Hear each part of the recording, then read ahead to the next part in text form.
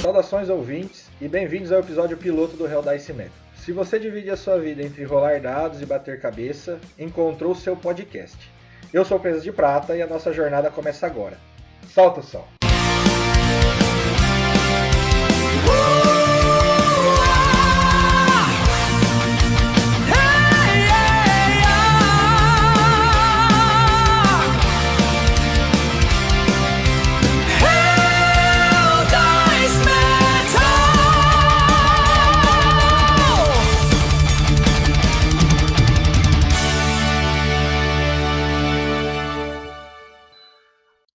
Saudações, pessoal, e vamos às notícias.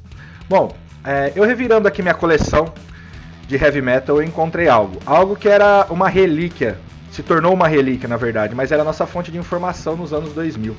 É uma revista, a Rod Crew.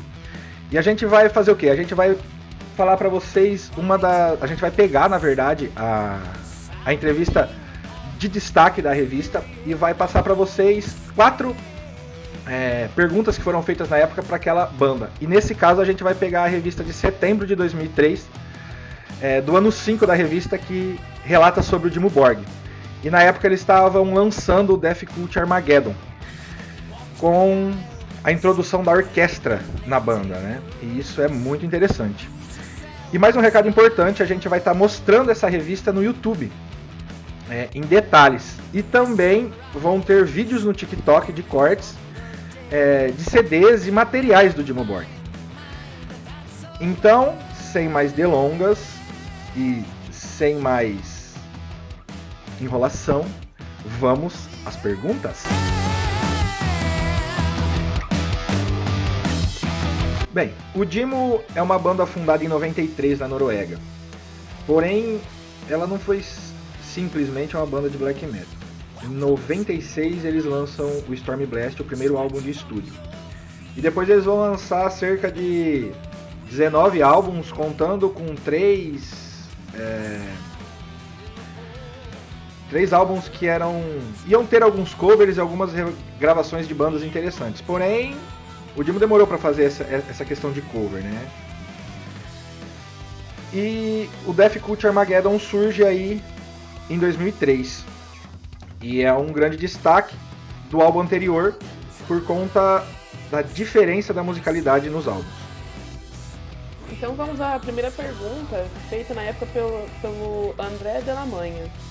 Muitas pessoas não fazem a mínima ideia do que o nome Dimmu Borgir significa. O que é? Dimmu Borgir é um nome islandês que designa um lugar na Islândia. Ele significa algo como Castelo Negro ou Fortaleza com Neblina. Por isso escolhemos este nome, pois ele cria uma ótima atmosfera para a banda. Diz a lenda que este lugar é supostamente um dos portões para o inferno, o que cria uma conexão com o black metal.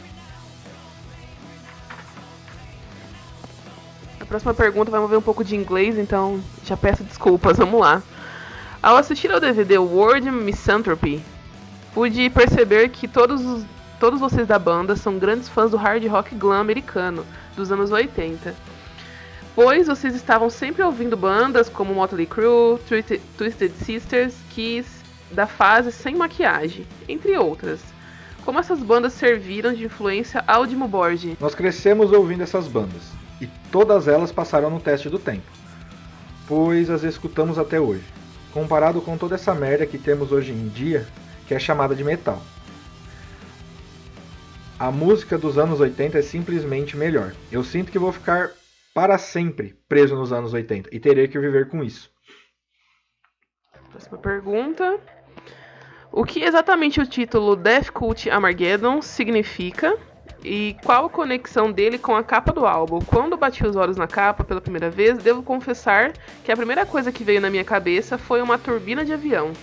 Para mim, a capa representa o Armagedon, como um círculo vicioso para a humanidade que nunca mais irá tomar jeito, afundando cada vez mais. É apenas uma coisa simbólica.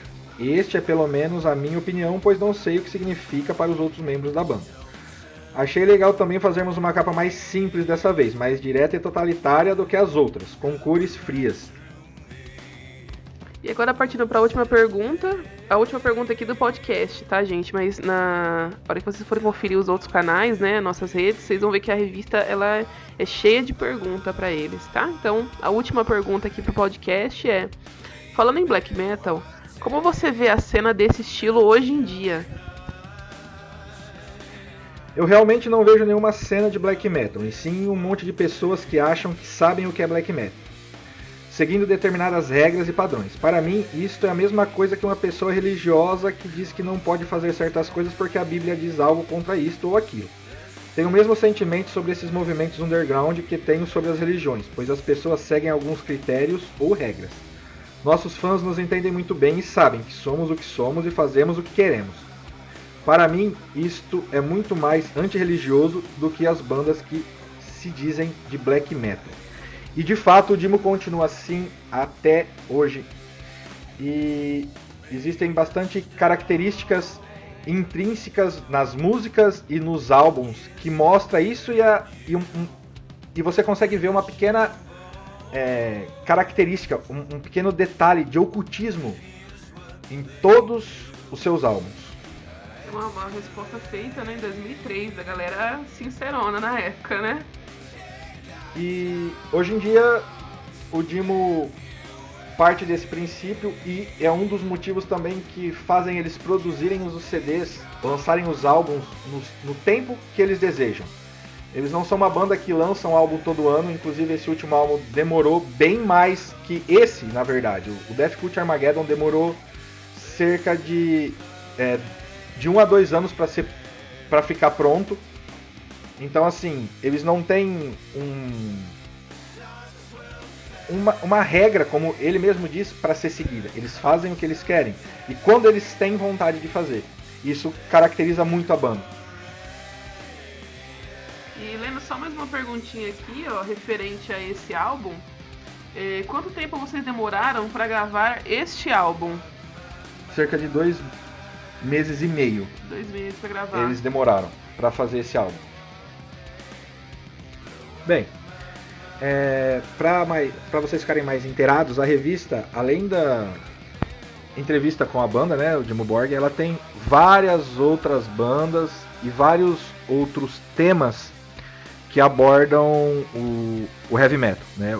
Inclusive, né, nessa revista eles falaram que não ia dar tanta importância pro Wacken Open Air de 2003 e acabou tendo 6 páginas na revista. Então, assim, tem muita informação e a gente vai... Os próximos podcasts, que vão ser intercalados com RPG, vai ter mais informações dessa Road Crew, porque aqui também tem outras bandas dando outras entrevistas. Inclusive tem o Ed Guy, tem um background do Motorhead, tem bastante coisa legal. E, voltando à nossa banda do coração, o Dimmu, ele veio no Brasil a primeira vez em 2004. Eu, inclusive, fui no show, mas não foi no show do Credit Car Hall. Eu fui no show no Carioca Clube. E ele vai voltar agora, 12 de dezembro de 2026. Marquem essa data. Ele foi a primeira banda a confirmar no Vibra São Paulo. Então existem mais 5 bandas que vão tocar com ele no sábado. E no domingo vai ter mais 5 bandas. Mas eu não sei, não saiu ainda as bandas e nem a headline do domingo. E vai ser no Liberation Festival. Esse festival ele tinha ficado parado por um tempo. E ele voltou agora com essa... Provavelmente o festival que está tendo o Bangers Open Air, ele talvez intensificou os outros festivais a começarem novamente. E as edições anteriores do Liberation Festival foram ótimas. Inclusive vieram bandas como o nosso querido e amado por muitos Motorhead.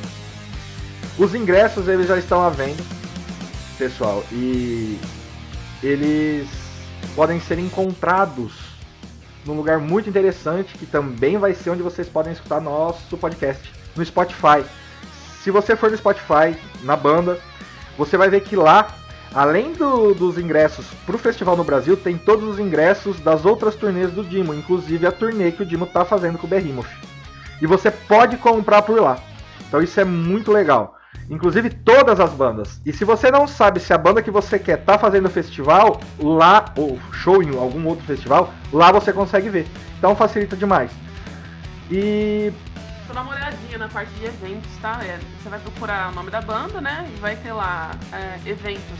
E lá no eventos vai estar a disponibilidade dos ingressos, dos shows, né? Acho que tem até a data pra conferir, mas é bem bacana, é bem fácil, bem intuitivo. Bom, pessoal, e para nos despedirmos aí desse episódio, não deixem de ouvir o novo álbum do Dimo, o Grand Serpent Resign. Ao inglês! Ele é um álbum que está ligado ao Aeonian, que é o álbum anterior de estúdio. E ele realmente tem a ver com essa questão aí. Para quem gosta, quem lê, quem estuda um pouco sobre o ocultismo, sabe que tem relação com o Ano da Serpente. O próprio Chagrat diz isso. Então não deixem de ouvir.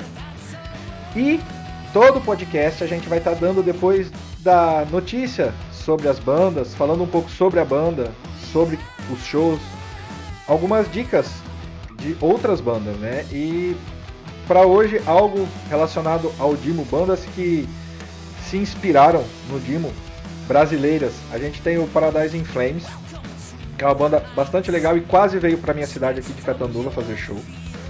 Temos o Prophetic Age, eles são de São Paulo, de Mauá. E temos o Ceremonial Secret, que também é uma banda brasileira e é de white metal. Então, galera, não deixem de nos acompanhar nas outras redes. E o podcast, como eu disse, terá um misto com RPG. E quando for o RPG vai ser... eu vou falar sobre, né, vou dar dicas sobre algum sistema, ou vou falar sobre um sistema novo que está chegando aí no mercado. Belezinha? Saudações e até a próxima.